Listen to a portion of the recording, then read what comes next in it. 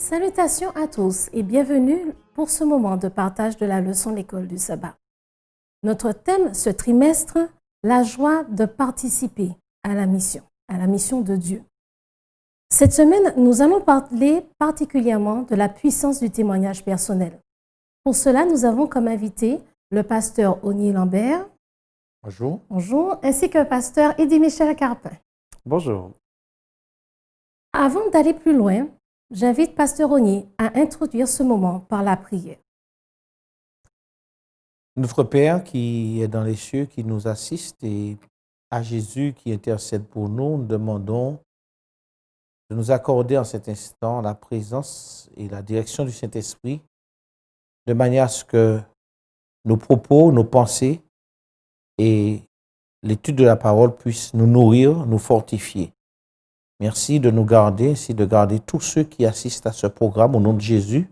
Amen. Amen. Amen. Le thème de la semaine dernière a poussé notre réflexion à répondre à la question « Pourquoi témoigner ?» Témoigner pour être fidèle à l'ordre du Christ, pour le rendre heureux. Témoigner parce que nous sommes motivés par l'amour de Dieu que nous voulons partager. Une très simple définition du témoignage personnel est le fait de partager ce que Dieu a fait pour nous dans notre vie de manière personnelle. Avant d'aborder notre première question, nous voyons dans le livre de Marc l'expérience d'un homme démoniaque possédé du moins lorsque Jésus arrive après avoir traversé le lac, se présente à lui. Cet homme, possédé, comme je disais, de plusieurs démons, se trouve par la grâce de Dieu, libéré par Christ. Quand il a été libéré des démons, on le revoit, à partir du verset 15, assis aux pieds de Jésus, vêtu dans son bon sens, en train d'écouter ce que le maître a à dire. Différentes personnes du village arrivent et posent des questions, mais qu'est-ce qui se passe? Comment ça se fait que cet homme, ce démoniaque, se retrouve là, assis, vêtu, dans son bon sens? Et là, les témoins expliquent. Au fait, il a été libéré par cet homme, par ce Jésus, qui a envoyé les démons dans les pourceaux, et les pourceaux ont péri. Pris de frayeur, ces hommes demandèrent à Jésus de quitter leur ville, de quitter donc leur cité. Jésus accepte. Et là, cet ancien démoniaque dit, mais je veux partir avec moi, laisse-moi venir avec toi. Et Jésus lui répond non. Il lui dit, va dans ta maison, vers les tiens, et raconte-leur tout ce que le Seigneur t'a fait et comment il a eu pitié de toi. Il s'en alla et se mit à publier dans la Décapole tout ce que Jésus avait fait pour lui. Et tous furent dans l'étonnement. Quand on regarde l'histoire de cet homme, donc alors qu'il était possédé et sa rencontre avec le Christ, qu'est-ce qui nous permet de comprendre qu'il ait été choisi comme missionnaire envoyé par Jésus? Alors bien sûr, il s'agit ici de lire simplement les propos de Jésus lorsque justement ce dernier, c'est-à-dire cet homme, un ex-possédé, demande à Jésus de le suivre. Jésus lui dira non, retourne dans ta maison. Ça veut dire que Jésus voit déjà en lui ce potentiel de pouvoir partager justement ce qu'il avait vécu avec Jésus. Mais dans ce texte, il y a plusieurs éléments qui m'interpellent concernant justement cette notion de témoignage. Le premier élément, c'est justement le verset 15, c'est-à-dire lorsque les habitants voient effectivement que cet homme est dans son bon sens, il est au pied de Jésus, il se tient calmement, alors qu'au départ, eh bien, c'était un homme extrêmement agité.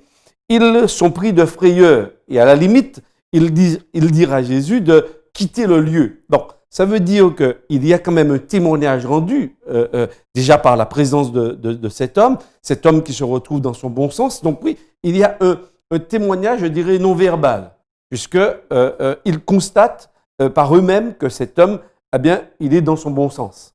Mais le résultat, c'est que, en quelque part, ces hommes sont effrayés. Ceux qui voient et qui assistent à cette situation sont effrayés, si bien qu'au lieu d'accueillir favorablement le message ou le témoignage, que ce soit Jésus ou le témoignage rendu non-verbalement par cet homme, en fait, ils ont peur et à la limite, ils chassent Jésus. Donc ça, c'est la première chose. La deuxième, c'est qu'effectivement, Jésus va va lui dire, parce que cet homme a vécu quelque chose. Et donc, il l'invite à être présent, non pas à le suivre, mais à être présent bien, dans les villes où bien, il va habiter.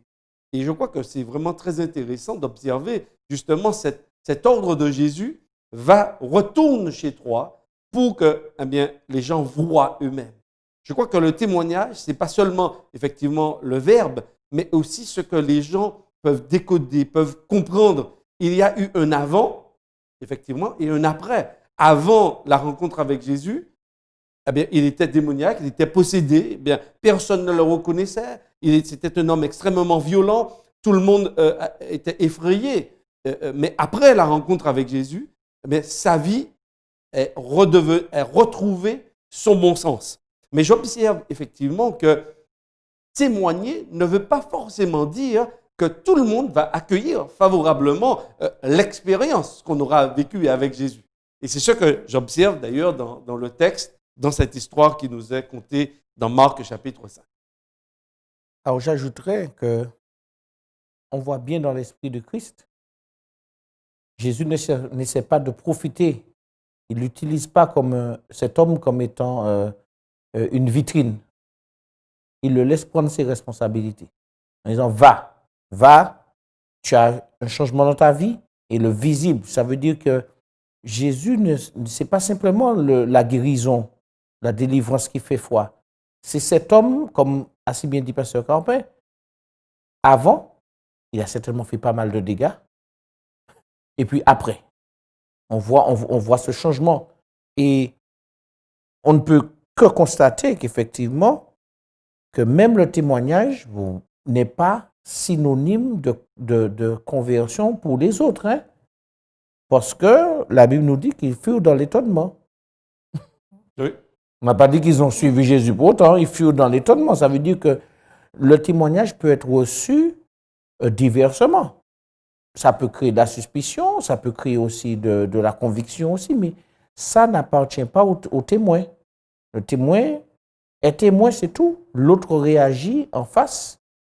Et puis je souligne aussi, et il réagit en face en fonction de sa perception. Parce que les gens ont été étonnés du message, mais il a quand même témoigné. Et puis, des fois, un changement peut être le changement d'un individu. La rencontre peut être aussi mal perçue au point, parce que Jésus est chassé. Pourquoi? Parce que ce n'était pas bon pour le business du coin, là, hein, qu'il fasse deux délivrances de ce genre. Parce que vous imaginez en un seul instant, 2000 pourceaux disparaissent. S'il se met à délivrer tous les démoniaques du secteur, ce n'est pas bon pour le business. Donc, ça veut dire que des fois, sauver un homme ou une femme peut être dérangeant. Une personne qui accepte de suivre Jésus peut créer, ça peut avoir des conséquences défavorables pour son environnement, pour son entourage. Donc, il faut savoir percevoir ça et accepter ce fait-là aussi. Tout à fait. On retrouve dans la parole de Jésus, donc au verset 19, « Va dans ta maison vers les tiens et raconte-leur tout ce que le Seigneur t'a fait et comment il a eu pitié de toi. » C'est vrai qu'on retrouve ici la base même. Il y a une rencontre avec Jésus, il y a quelque chose qui se produit dans la vie de cet homme. Et Jésus, en fait, naturellement lui dit, OK, là où tu peux être témoin, c'est premièrement auprès des tiens. Dans ta maison, vers les tiens, c'est-à-dire ceux qui ont le même langage que lui, puisqu'il était dans la Décapole, il était de l'autre côté du Jourdain, d'accord? Et donc, dans ce territoire, sois un témoin de ce que le Seigneur t'a fait. Donc, ça veut dire que être témoin, c'est qu'il y a quelque chose qui s'est produit. Ce n'est pas simplement raconter ce qu'on a entendu ou peut-être des propos qu'on aurait lus. Il y a une expérience. Et moi, c'est ce que je retiens, entre autres, dans ce texte. Raconte-leur tout ce que le Seigneur t'a fait. Donc, ça veut dire que pour que je sois témoin dans notre compréhension justement de ce mot « être témoin de Jésus » et la force également du témoignage, c'est aussi lié à ce que l'on vit avec Jésus. Et ce qui me semble être important, c'est que ce n'est pas seulement quelque chose qu'on entend, mais on vit avec.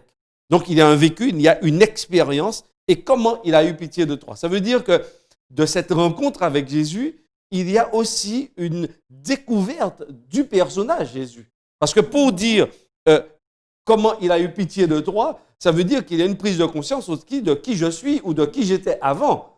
Donc, je n'étais pas forcément une bonne personne. Ce que je faisais n'était certainement pas louable, mais en dépit du fait que je me sois retrouvé dans ce contexte, eh bien, il a fait cette démarche vis-à-vis de moi. Il a fait une démarche d'amour vis-à-vis de moi. Et ça, je trouve que c'est vraiment important, en tous les cas, dans l'expérience de cet homme, que Jésus puisse ainsi lui dire, raconte également comment le Seigneur a eu pitié de toi. Ça veut dire que, au travers de ce qu'il va transmettre, de ce qu'il va vivre désormais, il doit refléter cette grâce, cette compassion, cet amour que Dieu a eu vis-à-vis de lui. Et il me semble que parfois, cela ne se retrouve pas forcément au niveau du témoignage. Il arrive malheureusement que l'on se montre un peu hautain dans notre témoignage. On a vécu une expérience avec Dieu, elle a bouleversé notre vie, et puis peut-être tous ceux qui ne sont pas prêts à l'entendre ou à l'accueillir ou ne vivraient pas la même chose, eh bien, on les regarde vraiment comme étant tout petits, tout bas. Mais moi, je trouve que cet homme démoniaque, j'ai juste choisi parmi ses premiers témoins, je dirais, premiers témoins de ce que Jésus a fait, il choisit quand même un homme qui était possédé d'un certain nombre de démons. Je dirais à la limite, personnellement, je n'aurais pas demandé à cet homme d'être témoin. Je lui aurais peut-être demandé de rester dans son coin, bien sagement, etc. Alors que Jésus, eh bien, pour lui, c'est naturel. Quelle que soit donc l'expérience que l'on fait avec Jésus, je crois qu'elle est digne d'être rapportée, d'être partagée, parce que c'est ce que Jésus a fait dans notre vie qui peut aussi impacter, et je crois, toucher la vie des autres êtres humains, de nos collaborateurs, de nos amis, de nos parents, dans un premier temps.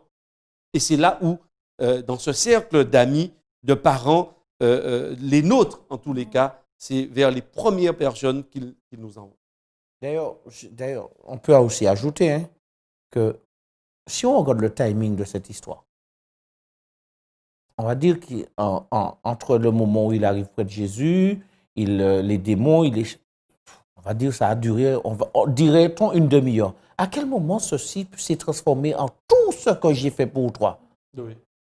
Parce que en 5 minutes, il aura fini de raconter son histoire, lui qui vient d'être délivré. Mais Jésus l'envoie en disant tout ce qui signifie que le miracle n'a pas simplement été un objet pour satisfaire juste une délivrance. Et qu'on ne se trompe pas. L'expérience vécue n'est pas tout. L'individu va entrer dans ce qu'on appelle le pléroma. Ça veut dire une rencontre qui va le toucher au plus profond. Ça veut dire que ce n'est pas visible. On a vu le miracle, on a certainement vu l'expérience de la délivrance, mais on n'a pas vu ce qui s'est sorti dans le profond, ce qui va changer profondément cet homme. D'ailleurs, par contre, Jésus le voit. Et Jésus dit, voilà, c'est ça. Dieu a pitié de toi, tout ce que j'ai fait pour toi. Mais personne n'a vu ce tout-là, mais il le sait.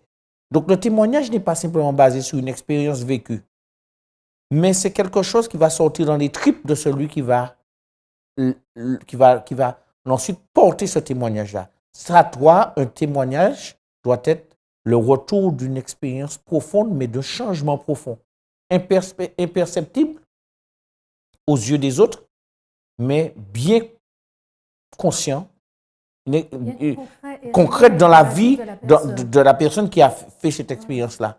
Donc après, ce qu'il va dire, on ne sait pas ce qu'il disait, mais en tout cas, il y avait beaucoup de choses à dire et ça s'est passé dans une fraction de seconde. Tout à fait. On se rend compte que lors de cette expérience, il y a l'aspect de délivrance, oui, mais tout le reste, tout ce qui va avec et qui va permettre que cet homme partant en mission va parcourir la Décapole, puisqu'il nous est dit au verset 20, il se mit à publier dans la Décapole, donc dans les 10 villes, tout ce que Jésus avait fait pour lui. Et dans la suite des Écritures, on voit que le fait qu'il ait partagé cette transformation de sa vie, quand Jésus va revenir quelques mois après, les personnes qui sont présentes sont prêtes à l'entendre, à le recevoir et à faire un autre chemin avec lui. Donc, c'est vrai que l'expérience personnelle, comme je disais au début, hein, une très simple définition, c'est de partager ce qu'il a fait pour nous. Mais c'est vraiment de vivre de manière intérieure et extérieure l'ensemble de cette transformation qui a été la rencontre avec le Christ. Voilà, on n'est pas dans la théorie, c'est du visible, c'est Voilà. du concret. Partout où cet homme va passer, on peut voir les conséquences de ce qu'il était avant, mais on voit aussi les conséquences de ce qu'il est maintenant. Mais bien sûr. Il se rappelle de quelqu'un qui saute, qui monte, qui descend. Voilà, les dégradations qu'il avait peut-être laissées. Et puis aujourd'hui, on voit une inversion. Ce qu'on appelle la conversion, c'est une inversion sérieuse d'une orientation de quelqu'un. Et c'est ça qui est extraordinaire. Mais ça sort de l'intérieur. On n'est pas dans des émotions, on n'est pas simplement dans une expérience de surface, on est dans quelque chose qui transforme profondément l'individu. Et c'est ce qui va avoir un impact en tant que témoignage personnel, c'est cette transformation de l'individu. Oui, parce qu'il semble, en lisant le texte, que cet homme ait été quand même connu. Puisque lorsqu'on lit le verset 3 et le verset 4 de Marc chapitre 5, on nous dit « Cet homme avait sa demeure dans les sépulcres et personne ne pouvait plus le lier, même avec une chaîne, car souvent il avait eu les fers aux pieds et avait été lié de chaînes. Mais il avait rompu les chaînes et brisé les fers, et personne n'avait la force de le dompter. » Donc on voit qu'effectivement, c'était quand même quelqu'un de connu, puisque à plusieurs reprises, on a cherché à le maîtriser, etc. Et ça s'est fait vraiment avec fracas, avec beaucoup de violence. Donc le témoignage, je pense, de cet homme a été d'autant plus fort, mais lui, en tant que personne délivrée par Jésus, il ne comprenait pas l'impact de ce témoignage. Donc lui, il voulait simplement suivre Jésus. Et Jésus lui dit, mais me suivre, c'est être témoin. Tu n'es pas obligé vraiment de me suivre, c'est-à-dire être disciple à ma suite, comme l'étaient les 12 à l'époque, lorsque cette expérience s'est faite. Mais tu peux être aussi mon disciple là où tu es. Mais être disciple, c'est aussi témoigner de ce que j'ai fait dans ta vie et de ce que tu as constaté toi-même qui s'est réalisé et qui s'est produit. Et la multiplicité de ces choses, effectivement, lui seul pouvait rendre témoignage. Exactement. Parce qu'il l'a vécu. Et personne ne pouvait enlever de son cerveau, en tous les cas, ce qu'il avait vécu pleinement avec Jésus. Alors je peux ajouter, on peut ajouter aussi cette notion de l'autonomie. Cet homme devient autonome. Il n'est pas dépendant de celui qui l'a guéri. Et Jésus a à cœur de lui donner, de lui montrer le chemin de cette indépendance en disant que tu as vécu quelque chose d'exceptionnel, tu es transformé profondément, tu deviens responsable. Et il part. Et il fait peut-être ce que ceux qui sont près de Jésus n'ont pas encore fait. Il fait quelque chose d'extraordinaire. Et j'apprécie cette notion-là. Le témoignage n'est pas un témoignage de dépendance, mais justement de liberté. L'individu devient responsable de sa rencontre avec Dieu. Et partout où il va assumer cette responsabilité-là. Tout à fait. Le fait d'avoir vécu cette rencontre fait naître, crée un certain engagement que nous pouvons voir avec le témoignage de Paul. Dans le livre d'Actes au chapitre 26, on se rend compte que Paul témoigne en 3 parties. Sa vie, donc bien sûr il est devant Agrippa et d'autres personnes importantes, et il commence en expliquant sa vie avant sa rencontre avec le Christ, puis sa rencontre avec le Christ, et en dernier, sa vie après, donc ce qui a changé, ce qui a été transformé.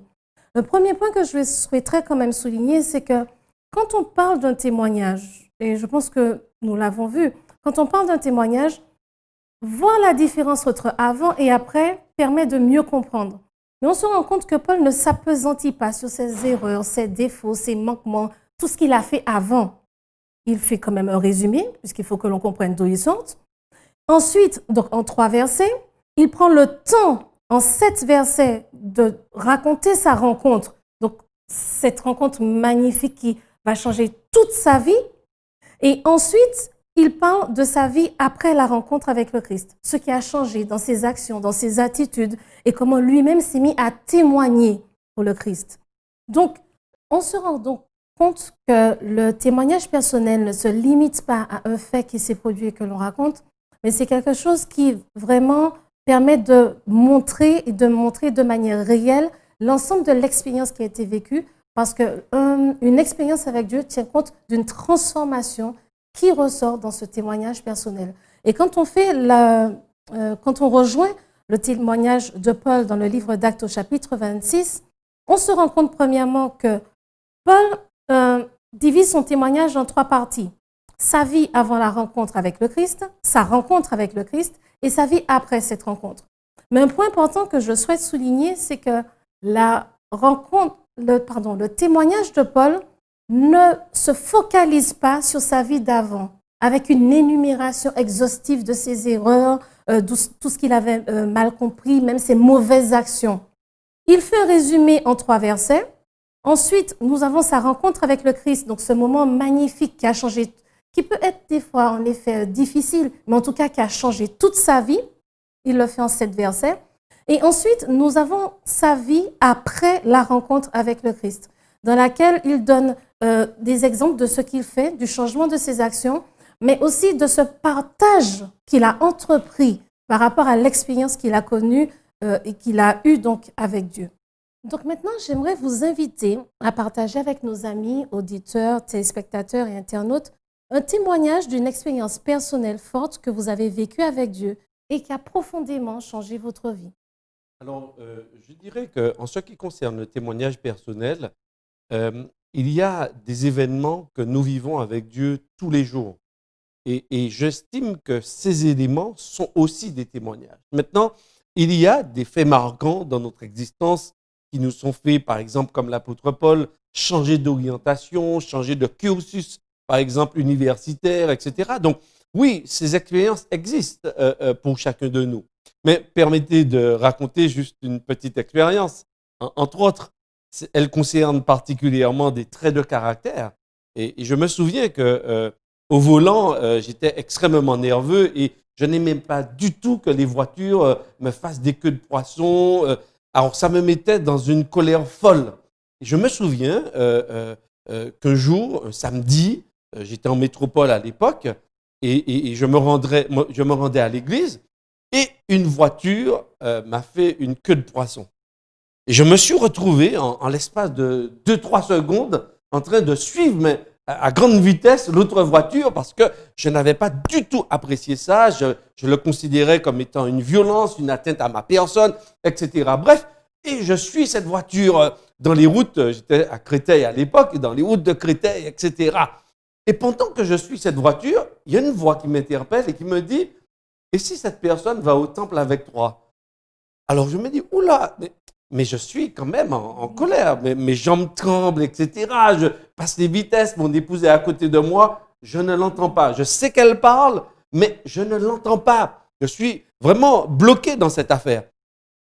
Et lorsque la voix m'interpelle, alors ça me remet en question, je me dis, aïe, mais Seigneur, je vais au temple, effectivement. Et si cette personne va au temple avec moi, je me mets debout en train de prêcher, qu'est-ce qui va se passer? J'aurai l'air faim. Et effectivement, j'ai permis à cette voix de continuer à me parler. Et j'ai ralenti, j'ai freiné et j'ai dit à Dieu, non, c'est pas possible, je peux pas. Un sabbat, je peux pas être dans ces conditions-là.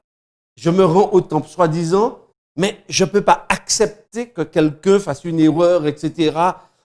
Parce qu'en plus, la personne, je l'ai klaxonné et puis elle m'a envoyé un peu sur les roses. Donc, je n'ai pas du tout apprécié ça.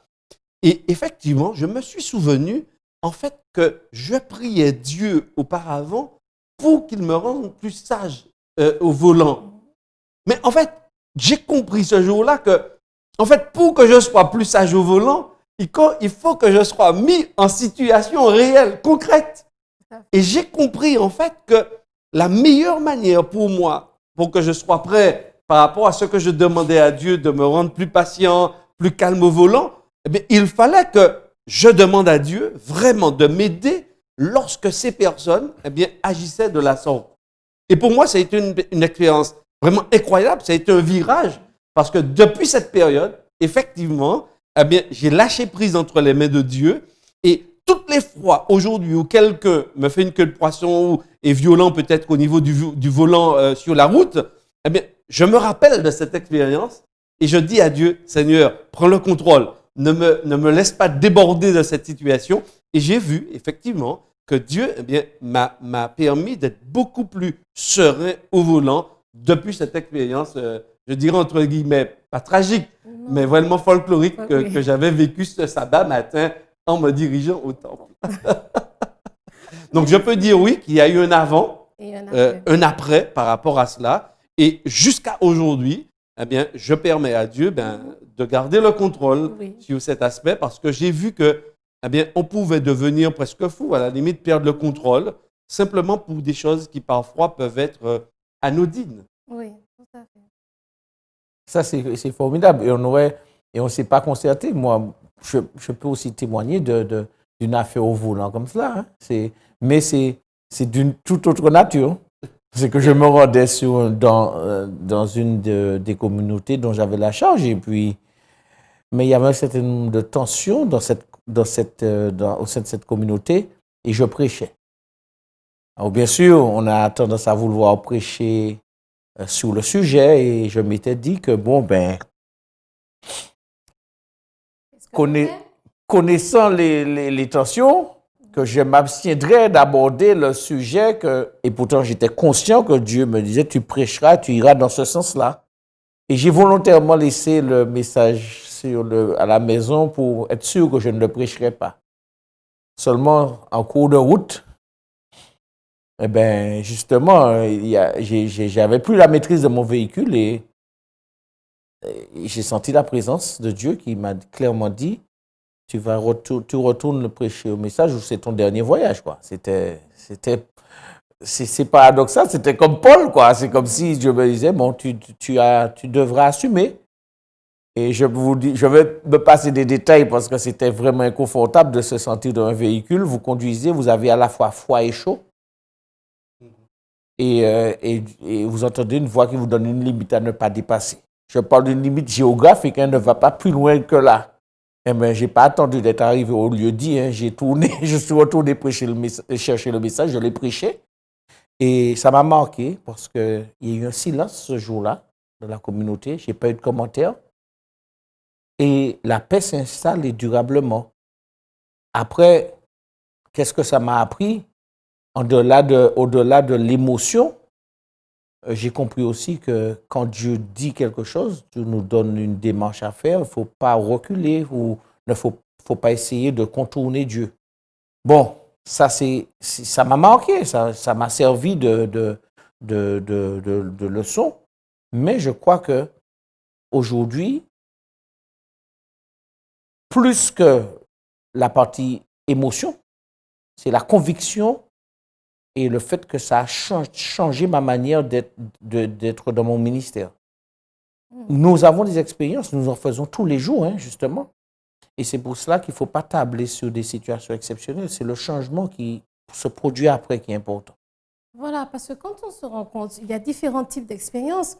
L'expérience que tu viens de mentionner correspond un petit peu à celle de Jonas, où Dieu a dit « va à Ninive ». Il a répondu à Dieu « mais même pas en rêve, je n'y vais pas ». Et pourtant, sa mission, c'est d'aller à Ninive. Donc, il a fallu qu'il rebrousse chemin et qu'il finalement parvienne à Ninive.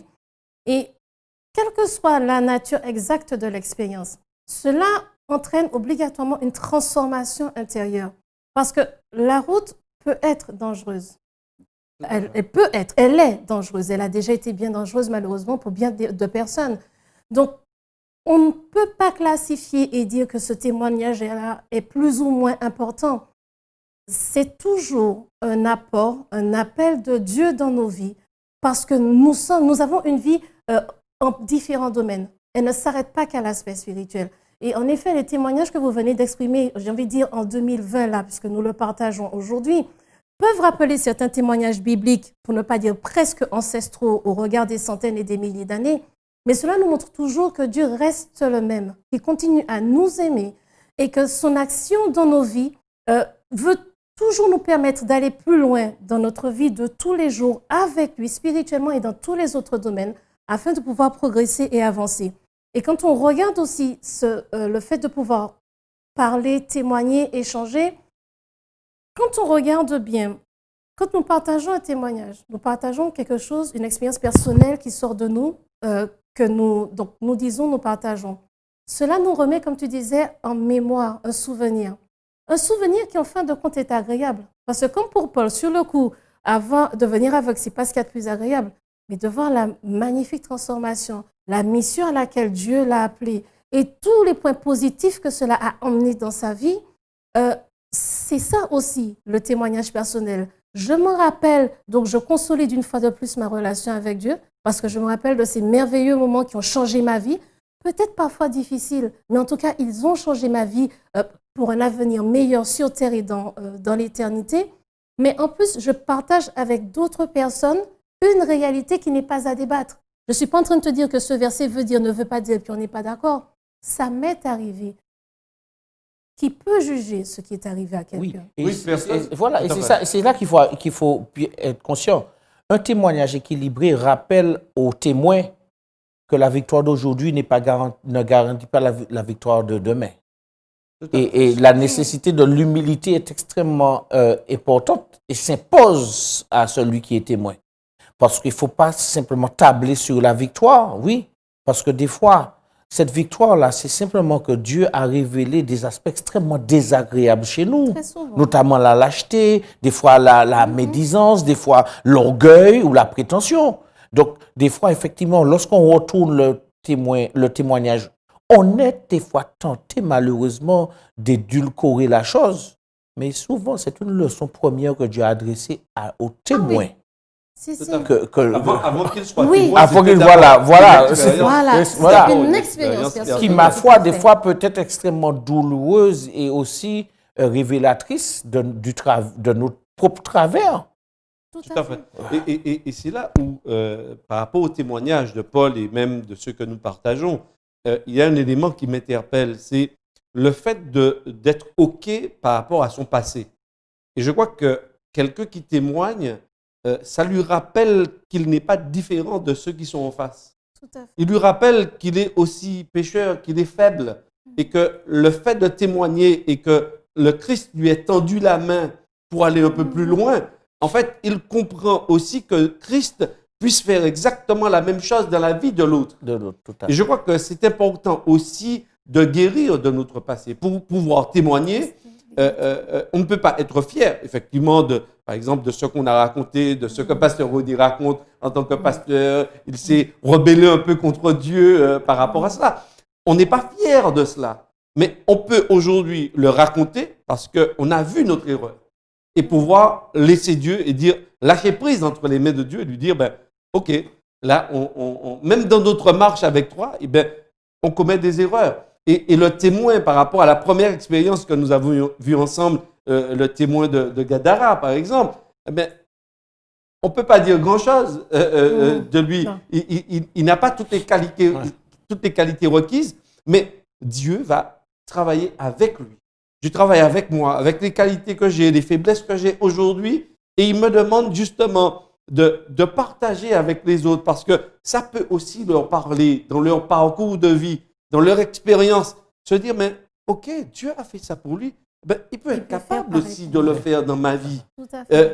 Même si nous avons des expériences différentes. Et c'est pourquoi je pense que c'est important aussi de dire ce que Christ a fait pour nous et la grâce qu'il a exercée envers nous. Je crois que cela est pour moi, en tous les cas, extrêmement important. Et Paul, d'ailleurs, le dira ici dans Actes chapitre 26, en dépit de cette expérience vraiment où j'étais du côté du plus dur, du côté des pharisiens, persécutant, mettant à mort, il dit néanmoins au verset 19, verset 16, Dieu lui dit, lève-toi et tiens-toi sur tes pieds, car je te suis apparu pour t'établir ministre et témoin des choses que tu as vues et de celles pour lesquelles je t'apparaîtrai. C'est quand même incroyable ce que Dieu dit à Paul. Pour que tu sois témoin de ces choses. C'est-à-dire, oui, il faut que tu dises aussi ce que tu as fait. Donc, tu dois guérir de ça et dire aussi aux gens, par ta vie, que, effectivement, tu es un tout autre, non pas par toi-même, mais par la rencontre que tu as eue avec moi. Oui. Alors, d'ailleurs, c'est extraordinaire, parce que l'apôtre Paul a tellement été marqué par ce texte que tu viens de lire là, que dans toutes ses expériences, même quand par exemple il écrit Romains chapitre 7, il rappelle qu'il est encore dans cette lutte contre son moi, qu'il doit capituler devant Dieu. Donc, dans ce premier temps, la manière de témoigner, la nature et la manière de présenter son témoignage nous nécessite de l'humilité. Non seulement ça, et ça permet à celui qui écoute de ne jamais oublier qu'un témoin restera toujours quand même un pécheur. Ça veut dire que l'expérience a été belle, mais l'expérience n'est pas terminée. Justement, parce qu'en fait, tous les deux, vous avez... Il y aura des hauts et des bas. Voilà. Vous avez entamé la question suivante. Est-ce qu'après une expérience aussi forte avec Dieu, est-il nécessaire ou y a-t-il de la place pour une relation quotidienne avec Dieu? Parce que quand tu parles d'humilité, l'humilité, donc là où l'humilité en plus a vraiment toute sa place, c'est que l'humilité, la définition de base de l'humilité, quand on regarde dans un dictionnaire biblique, c'est le fait de savoir que nous sommes vraiment face à Dieu sans mérite, sans rien. Dans le dictionnaire français, la personne qui a de l'humilité, qui est humble, elle connaît ses défauts, elle connaît ses qualités, mais elle ne met pas en évidence ses qualités.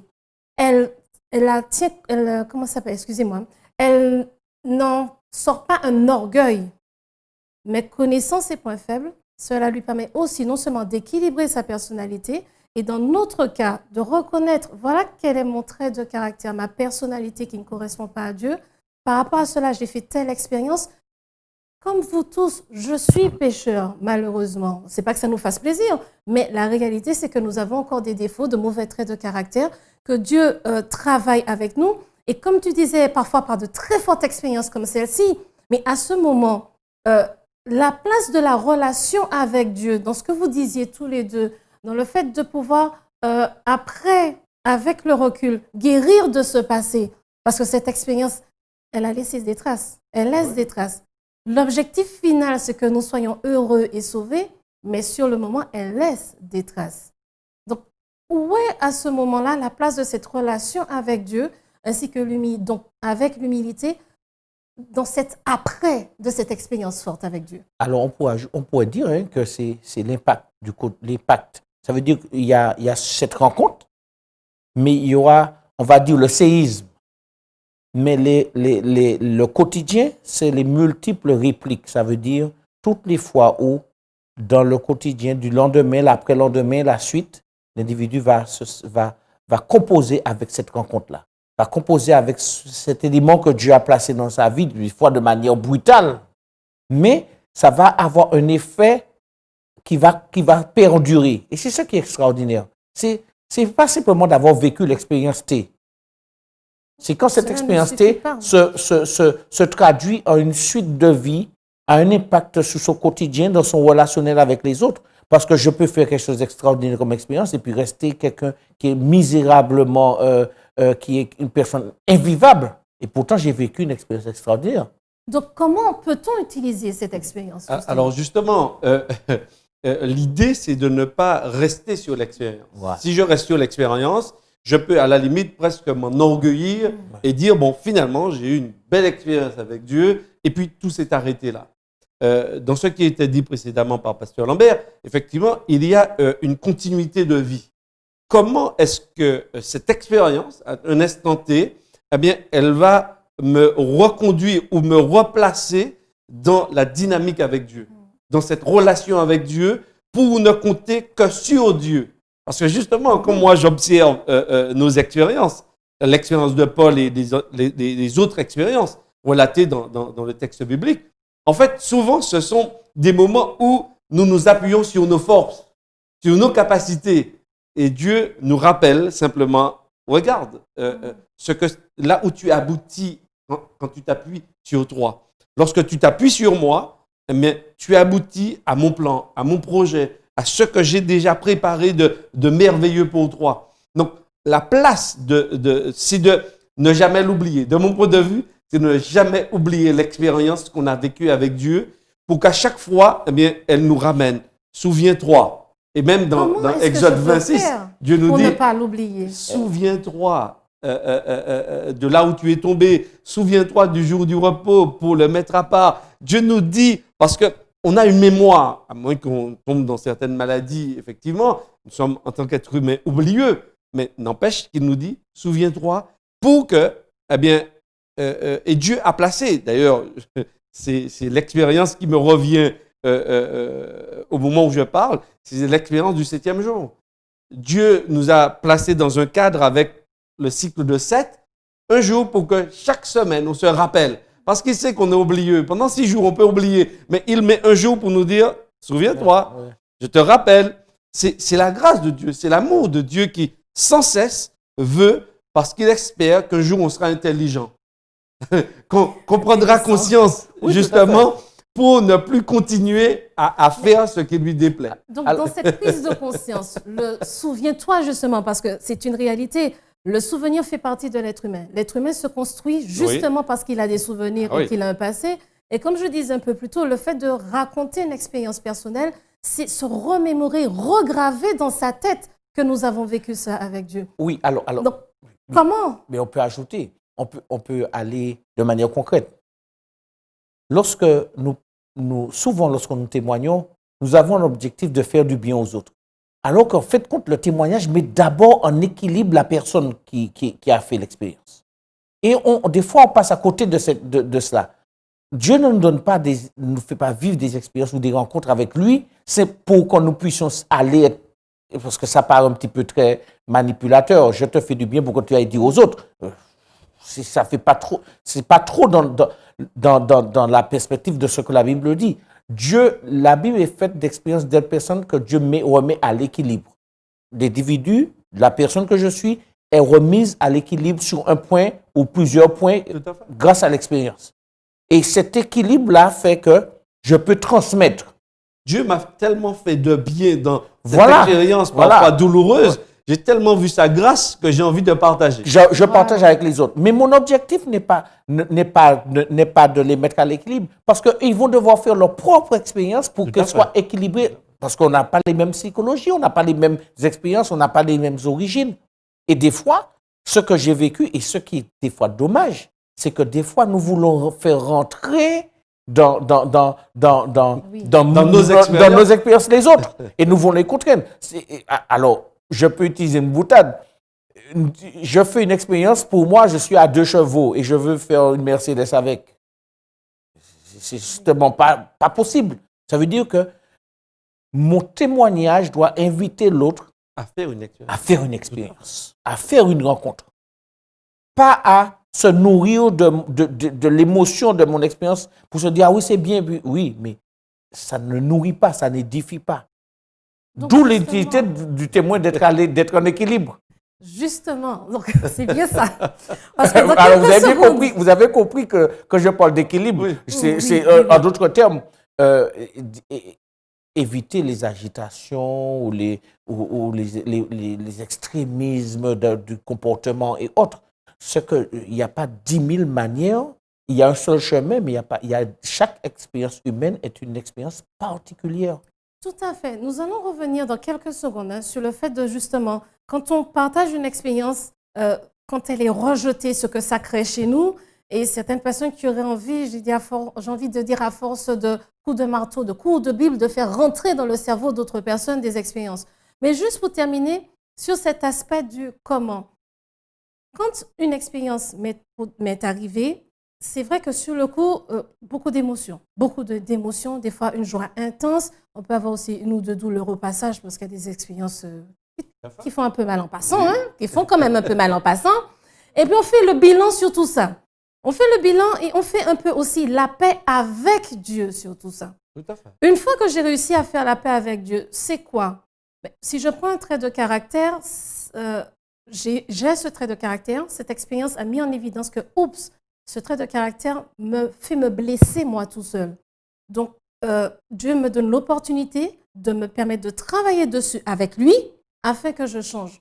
Et ce souvenir, normalement, est censé revenir. Je recommence à agir de la même manière, mais attends, j'ai vécu cette expérience avec Dieu, il m'a montré que ce n'était pas une bonne chose. Il m'a en même temps montré qu'il est là avec moi pour me permettre de changer, d'être transformé. Oui. Et ce souvenir-là, si c'est notre choix, notre volonté, va nous permettre avec Dieu donc, de pouvoir avancer et qu'une relation quotidienne puisse s'instaurer et s'installer avec Dieu et nous permettre d'aller plus loin, non seulement sur ce trait de caractère, mais aussi sur d'autres traits de caractère. Parce que comme vous le disiez à très juste titre, l'expérience authentée ne fait pas tout. C'est quelque chose d'important. Ah oui, tout à fait. Mais c'est ce souvenir utilisé positivement qui peut nous permettre à chaque fois, dans une relation avec Dieu, quand je vais reprendre ma Bible, me rappeler sur une phrase que Dieu a permis que cette expérience arrive pour que je puisse être transformé avec lui, échanger avec lui. Et donc, cela me pousse à avoir non pas des moments dans l'espace-temps, journée avec Dieu, mais de rechercher sa présence constamment. Constamment. Parce Voilà. que je me rends compte aussi que je passe à côté à plusieurs reprises. Donc, j'ai envie à chaque fois de me dire, OK, place-toi un peu plus entre les mains de Jésus pour que la route avec Jésus soit beaucoup plus belle. Si, parce qu'on se rend compte en plus que Ça m'invite à dépendre en quelque part de Jésus totalement. Voilà, quand on y réfléchit bien, combien de fois ça nous arrivait de manière individuelle d'avoir ces moments précieux et précis où on se sentait tellement proche de Dieu et ces moments où on se sentait tellement éloigné. Parce qu'on est oublieux. Voilà. Donc, ces expériences personnelles sont normalement, le fait de les partager, sont censées nous rappeler. Oui. Est-ce que tu te rappelles qu'à une époque, tu étais plus proche de moi qu'aujourd'hui? Oui. Tu n'as pas envie de revenir à cette relation plus proche de moi, un petit peu qu'il y a 1, 2, 3 mois. Mais reviens me voir, reviens prendre ce temps durant lequel nous conversons, nous échangeons, et je peux te fortifier pour aller plus loin. Alors, ça, c'est le côté bilatéral entre moi et Dieu. Mais le témoignage aussi me remet dans une meilleure stabilité, une relation beaucoup plus stable avec les autres. Avec les autres, ouais. Et une meilleure compréhension des autres aussi. Parce que des fois, on est tellement concentré sur notre petite personne, et des fois même dans le cadre du salut, hein, Jésus, mon sauveur personnel, oui, mais il n'est pas que mon sauveur. Là, j'ai fait une expérience extraordinaire avec mon Dieu, mais oui, mais l'autre à côté aussi, hein, il y a droit au même Dieu. Et des fois, Dieu utilise notre rencontre pour nous rappeler, écoute, c'est pas toi seulement, quoi. Il y a l'autre en face. Et cet équilibre, ça nous emmène sur le chemin de l'humilité. On va faire ce qu'on veut, mais on revient toujours à cette notion de l'humilité. Humilité devant Dieu, mais une humilité vis-à-vis de sa condition humaine et celle des autres. Et le témoignage, c'est quelque chose d'extraordinaire. Parce que quand cet homme-là part, quand l'apôtre Paul va prêcher, il va écrire de nombreux livres. Mais n'oublions pas que jusqu'à sa mort va peser sur lui la possibilité que quelqu'un le pointe du doigt pour lui dire que tu es un assassin. Que tu as tué des gens. Que oui, tu dis ça là, mais n'empêche que tu as tué des gens.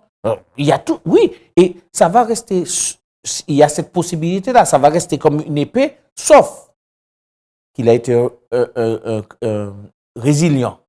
Ça veut dire qu'il a utilisé ce passif, et dans l'humilité, Dieu a bâti quelque chose d'extraordinaire avec lui. Et ça, c'est quelque chose que nous devons apprendre à vivre tous les jours. Le vrai témoin est un témoin résilient. Ça veut dire qu'il a appris dans la douleur, il a appris de son expérience, et il s'est laissé relever, remettre debout par la puissance de Dieu. On n'est plus dans le blabla là. Non. On n'est pas simplement d'aller parler. Non, on est dans quelque chose qui va sortir des tripes, qui va rentrer dans notre ADN, dans notre corps, dans notre caractère. Justement, parce qu'en fait, la résilience s'apprend dès qu'on est petit. Et si au niveau des adultes et des parents qui sont autour, la résilience n'a pas été enseignée, ça devient encore très compliqué pour un adulte du jour au lendemain, justement, d'être résilient. Donc, ça va passer par le témoignage, certes, mais encore par beaucoup d'autres choses pour pouvoir mettre en place cette résilience.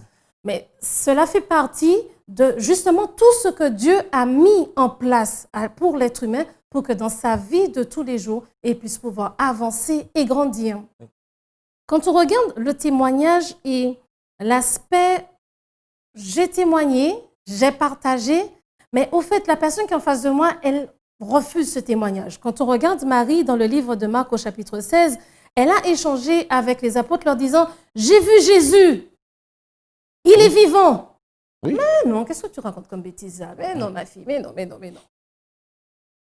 On a renié une expérience qu'elle a vécue. Oui. On a rejeté Oui. une expérience qu'elle a vécue. On pourrait dire, en d'autres termes, on a presque mis une négation sur une partie de sa vie. Du point de vue de Marie, oui, je parle du Seigneur, mais je te parle de quelque chose qui m'est vraiment arrivé. Et là, tu es en train de faire avec moi comme si ma vie, cet événement de ma vie n'a jamais existé. Nous, quand cela nous arrive d'avoir ce rejet d'expérience, comment devrions-nous réagir?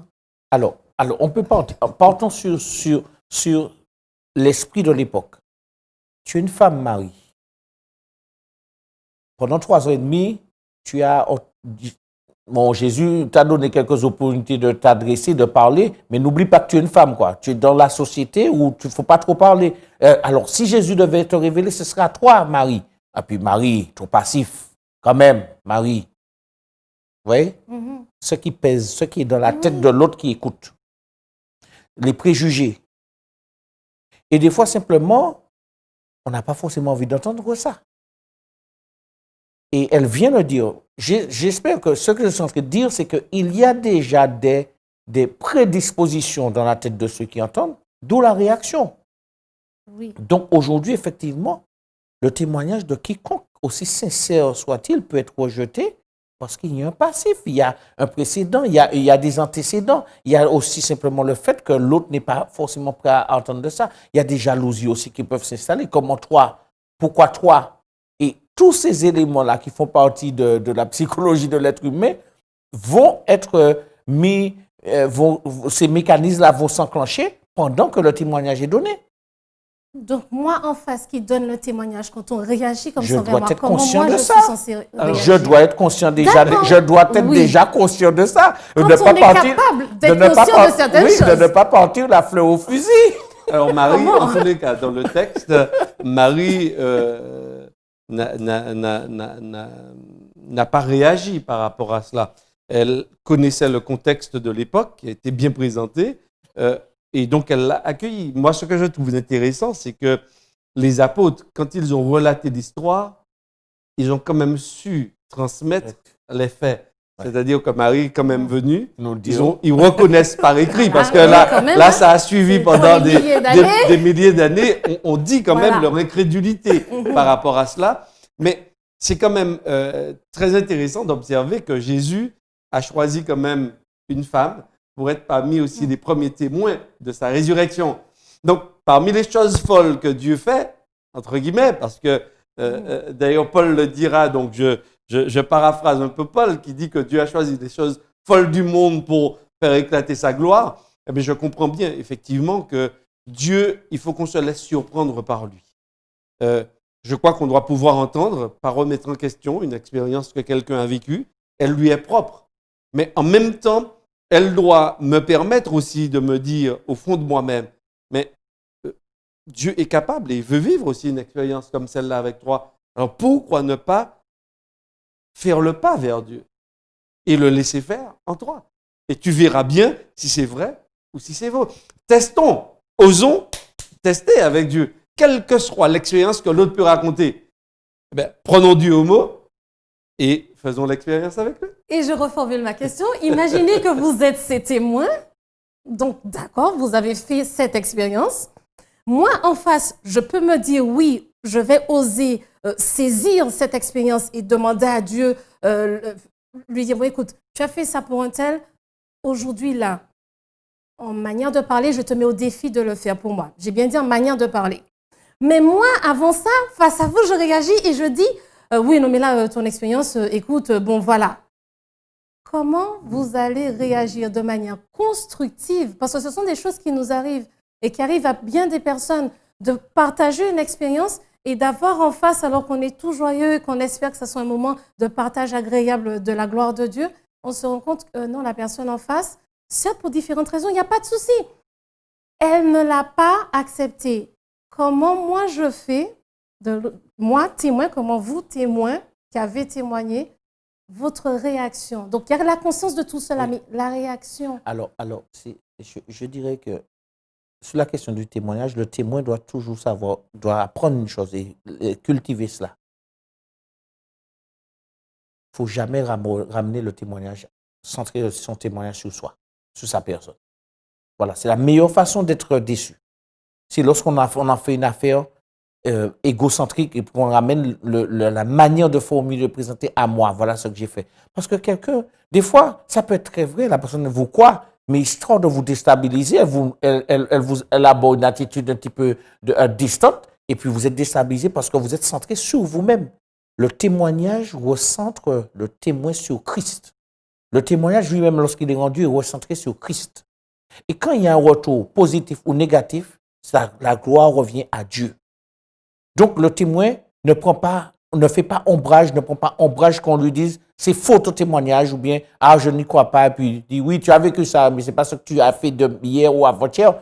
Non, le témoin doit être conscient que c'est une affaire, c'est une expérience avec Dieu qu'il a fait. Et cette expérience-là, et la gloire et tous les retombées reviennent à Dieu. Mais du moment où mon témoignage va être entaché de mon ego, mais je suis parti là pour de lourdes déceptions. Donc, la première chose, ne pas recentrer le témoignage sur moi, mais sur Christ. Y aurait-il encore autre chose qui aiderait à pouvoir réagir, surtout avoir une réaction constructive? Donc, je crois que lorsque je vis une expérience avec Dieu, je dois comprendre qu'elle m'est propre. Et simplement avoir le désir de partager pour que peut-être ce partage éveille, dans le meilleur des cas, une décision positive chez l'autre de vouloir découvrir Jésus. Mais je ne dois pas m'attendre. D'ailleurs, Paul l'a fait à plusieurs reprises et quand on lit la fin du livre des Actes des Apôtres, il a été placé dans des situations extrêmement difficiles où il a eu à témoigner, mais la plupart des gens qui étaient là n'ont pas écouté et à la limite, se sont moqués de lui. Mais Paul, l'expérience qu'il avait vécue avec Christ était tellement forte que ça ne l'a pas dérouté. Donc je crois qu'on doit être conscient de celui avec lequel on a fait l'expérience. Maintenant, derrière, il nous invite parce que ça déborde. Quand on vit quelque chose d'extraordinaire, on a envie de partager, mais il faut qu'on se dise qu'on n'a pas la capacité de transformer les gens. C'est Jésus qui les transforme. Donc moi, je fais ma part, c'est-à-dire, comme Paul, je t'ai établi pour que tu sois témoin de ces choses. Maintenant, le fait qu'ils acceptent ou pas ton témoignage, ne relève pas ça, de toi. c'est pas Voilà. à ton niveau. Donc, en fait, c'est ce que l'on doit arriver à comprendre. Transmettre un enseignement, transmettre un témoignage, donc là, je varie vraiment les contextes, c'est notre part de responsabilité. Mais comment la personne l'accueille, le reçoit, ce n'est plus de notre responsabilité. Donc, nous faisons notre part, mais notre part à un autre niveau, comme tu disais, de personnes qui transmettent de la part de Dieu, parce que c'est Dieu qui agit, et de manière concrète, on s'attend à ce que, on essaie de s'attendre de manière ouverte à ce que chacun réagisse à sa manière avec son choix et sa volonté. Donc, nous avons vu dans cette leçon que Dieu utilise des témoins auxquels on ne s'y attendrait pas, témoins improbables, pouvons-nous dire, que le plus important dans un témoignage n'est pas de se focaliser sur moi et mes erreurs passées, mes défauts, tout ce que j'ai fait dans le passé, mais de se focaliser sur la rencontre et la transformation que le Christ a permis durant cette rencontre, comme nous l'avons vu avec le témoignage de Paul, que nous avons pu partager avec les téléspectateurs et internautes une expérience aujourd'hui que nous avons vécue, j'ai envie de dire, dans ces années, qui nous rappelle que les expériences qui ont été faites dans le passé ne sont pas des expériences tellement lointaines que Dieu nous a oubliés et qu'il continue à marcher avec nous tous les jours. Et que face à la négation d'une expérience, nous devons aussi apprendre à respecter le choix de la personne qui décide si oui ou non elle veut laisser Dieu agir dans son cœur et aller plus loin. Je vous remercie tous les deux pour ce moment d'échange que nous avons pu avoir et je vais demander à Pasteur Eddy Michel Carpin de faire la dernière prière pour nous. Seigneur, notre Dieu et notre Père Céleste, nous voulons te remercier à nouveau pour cette parole, pour ce temps de partage, d'échange. Seigneur, je crois que tu vis une expérience avec chacun de nous au quotidien. Mais tu voudrais aussi que si nous avons compris et nous ressentons les bienfaits de cette expérience, tu voudrais que nous puissions la partager avec nos parents, nos amis, notre époux, épouse, afin qu'eux aussi comprennent que tu es un Dieu vivant qui agit encore aujourd'hui, qui transforme les vies. Et quelle que soit la vie, rien ne t'est impossible. Alors oui, notre Père, fortifie notre foi en toi. Permets-nous de grandir encore en expérience avec toi, afin que nous soyons ces témoins humbles, fiers de leur Seigneur Jésus-Christ et qui leur partagent en toutes circonstances. Nous t'avons prié et nous te remercions au nom de Jésus. Amen.